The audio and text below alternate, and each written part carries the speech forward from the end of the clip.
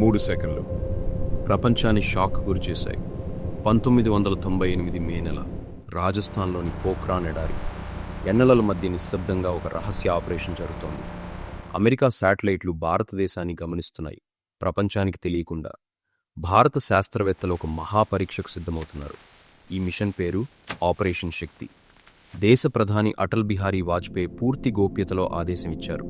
సమయం వచ్చింది. రాత్రి వేళల్లో ట్రక్కులు కదిలాయి. పరీక్ష పరికరాలు సైనిక సామాగ్రిలా కవర్ చేశారు. శాస్త్రవేత్తలు ఎండలో గుంతలు తవ్వి పరికరాలు అమర్చారు.